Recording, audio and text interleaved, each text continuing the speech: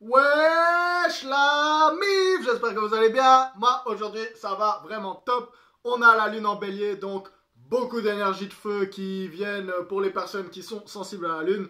Et du coup je vais profiter de ces énergies de feu pour aujourd'hui vous parler de deux de mes plus grandes passions qui ont apparemment aucun rapport. Mais vu que je suis un grand alchimiste, je pense que tout est lié dans la vie. Et du coup, aujourd'hui, sans plus attendre, si on va encore un peu attendre parce que c'est comme ça, je fais toujours des longues intros.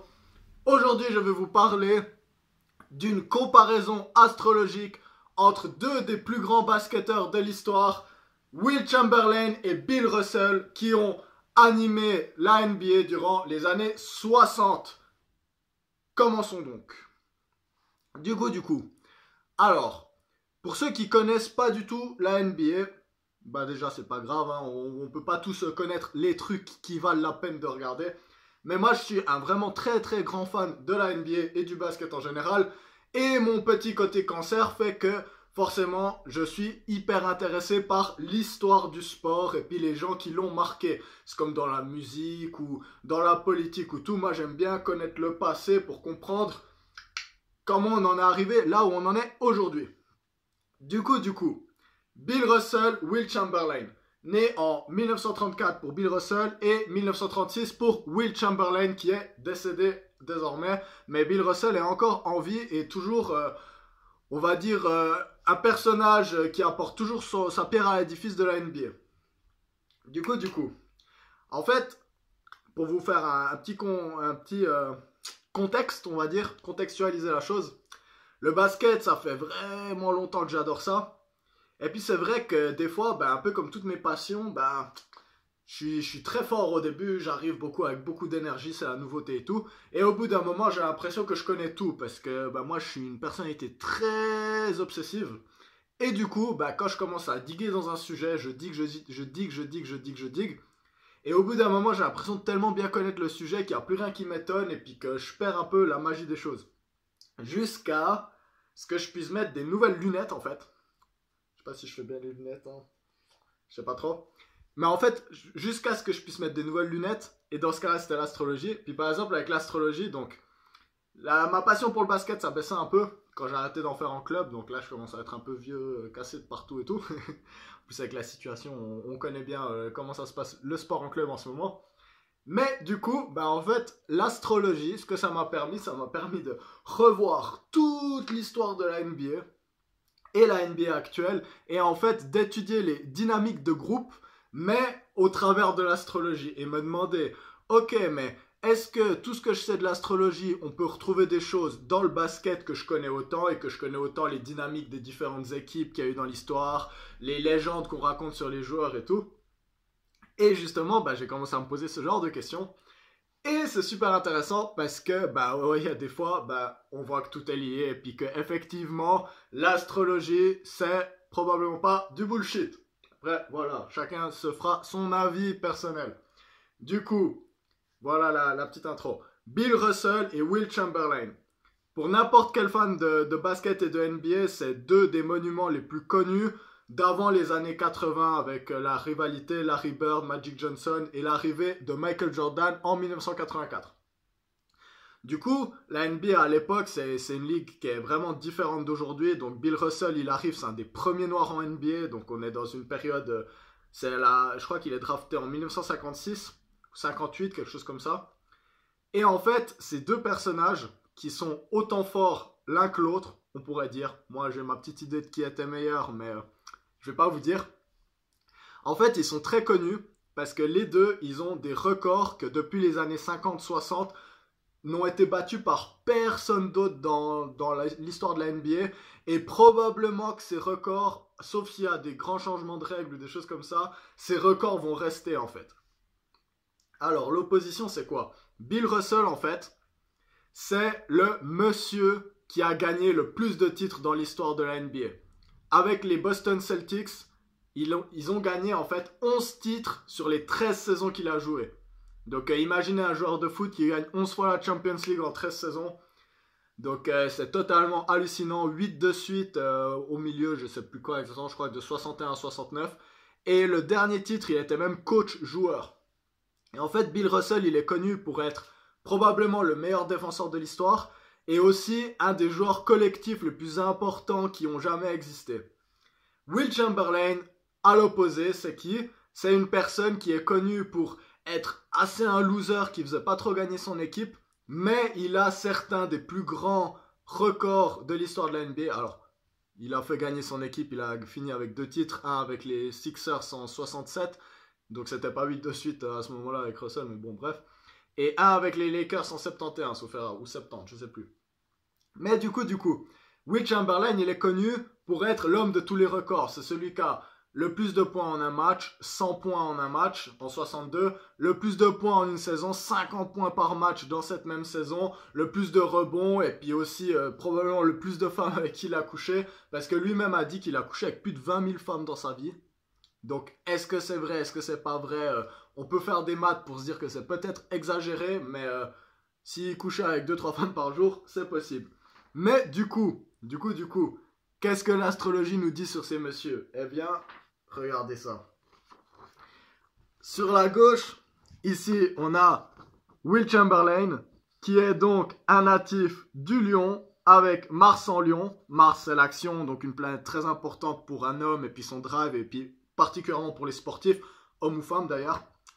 Et là, on a Bill Russell, le Verseau. Donc, je vous rappelle, c'est quoi qu'on dit avec les lions et les Verseaux? Le lion, c'est l'expression de l'individualité et le Verseau, c'est l'effacement de l'individualité au profit du collectif. Et du coup, j'ai trouvé incroyable qu'une des plus grosses rivalités de l'histoire du sport de la NBA, ce soit une opposition astrologique qui ait autant de sens. C'est pas n'importe laquelle. Qu'est-ce qu'on peut dire astrologiquement sur ces messieurs? Je vais peut-être me cacher un peu, comme ça on verra mieux les thèmes. Déjà, ce que vous pourrez voir, c'est qu'ils sont orientés de la même manière parce qu'à 1 degré près, ils ont le même ascendant. Donc ils sont les deux ascendants taureau. Et dans le basket, le taureau, c'est un signe qui est connu pour être très très endurant et un très fort rebondeur. Donc Dennis Rodman, double lion, Tim Duncan, Kevin Garnett, plein de lions qui ont marqué le sport sur l'aspect justement aller prendre la balle, les rebonds, se jeter par terre, la défense. Et du coup, je trouve que c'est vraiment incroyable. Parce que, comme vous pouvez le voir, en fait, Bill Russell, qui est ici, il a une grande conjonction avec son milieu du ciel en Verseau, donc entre la Lune, Vénus, Saturne, et puis on pourrait mettre le Soleil dedans, même si c'est un tout petit peu éloigné, c'est quand même en maison 10. Donc, il était prédestiné en fait à faire carrière dans le collectif, dans quelque chose de collectif. C'était comme ça, c'était sa destinée. Et on voit qu'il a pleinement profité de ça avec Mercure et Mars aussi en maison 10, mais en Poisson. Donc on sait, Mars en Poisson, c'est un Mars très doux, qui aime bien aider les autres, qui aime beaucoup justement le collectif. Le rapport entre le Verseau et le Poisson, c'est cet effacement au profit du collectif. Là où le Verseau, ça va être plutôt le côté philosophe. On va dire que le Poisson, ça va plus être un effacement karmique ou spirituel. Là où Will Chamberlain, justement, lui, il a son Mars en Lion. Donc Mars en Lion, c'est Michael Jordan avec ce Mars en Lion aussi. Giannis Antetokounmpo, ou des grands compétiteurs ont Mars en Lion, ou Conor McGregor, si je dis pas de bêtises. Le Soleil aussi en Lion, donc beaucoup d'énergie feu. En maison 4 par rapport à la maison 10, donc là où Bill Russell, l'important pour lui, c'était surtout la carrière et les accomplissements, justement, comme on est reconnu. Will Chamberlain, on peut penser que lui, c'était plus... il avait plus quelque chose à régler au niveau intérieur, au niveau de sa famille, au niveau de ce genre de choses, et puis peut-être un peu plus discret que les accomplissements de carrière. On sait Will Chamberlain, son but c'était pas forcément de gagner, mais c'était plus de soulever des défis, en fait, réussir à surmonter des défis qui s'imposaient lui-même. Donc on disait qu'il était trop individuel, et lui, pour changer cette image, il a dit ok, je suis trop individuel, je vais devenir le meilleur passeur de la NBA, et il a réussi ça. C'était un grand monsieur qui pouvait réinventer son jeu. En plus d'être exceptionnellement fort, hein, 2m16, 1 m de détente, c'était un malade. Et du coup, qu'est-ce qu'on peut voir d'autre un peu d'intéressant dans ces petits thèmes astro? On peut voir déjà que en maison 5, donc la maison du flirt, des passions amoureuses et de la créativité, Will Chamberlain, il avait Vénus, Neptune et Mercure en étroite conjonction dans le signe de la Vierge. Je l'ai déjà dit, les gens qui ont Vénus en Vierge, c'est des gens qui se donnent très facilement en amour aux autres personnes. C'est un peu comme si leur but était un peu de se donner aux autres, en fait. C'est comme les poissons d'ailleurs, c'est une autre opposition. Hein. Et du coup aussi, la lune en balance. Je pense que la lune en balance, c'est ce qui a fait que Will Chamberlain, il avait toujours aussi ce désir en fait d'être apprécié, puis pas seulement être quelqu'un qui est vu comme un grand individualiste, même si au fond c'est ce qu'il était. Il avait cette envie justement d'être un peu plus reconnu pour quelque chose d'autre en fait. Puis c'est certainement aussi ce qui lui a donné beaucoup de charme. Du coup, voilà, je vous remontre les thèmes astro. Donc sinon, bah évidemment, les planètes lentes, elles sont assez proches les unes des autres, l'un par rapport à l'autre, parce que forcément, ils sont pas nés à beaucoup de différences. Donc les planètes lentes, elles bougent lentement. Et voilà, voilà. Pas non plus grand chose à dire, à part que je trouve que c'est intéressant que l'homme le plus individuel de l'histoire de la NBA ait été à Lyon, et puis que l'homme le plus collectif ait été à Verseau. Et on pourrait dire que la culminance de tout ça, c'est Michael Jordan, donc bien après, qui lui était Verseau avec Mars en Lyon, donc qui avait les deux, qui aimait gagner et pouvait s'effacer pour le collectif, mais qui avait aussi un désir de montrer qu'il était le meilleur en fait, et puis d'écraser ses adversaires.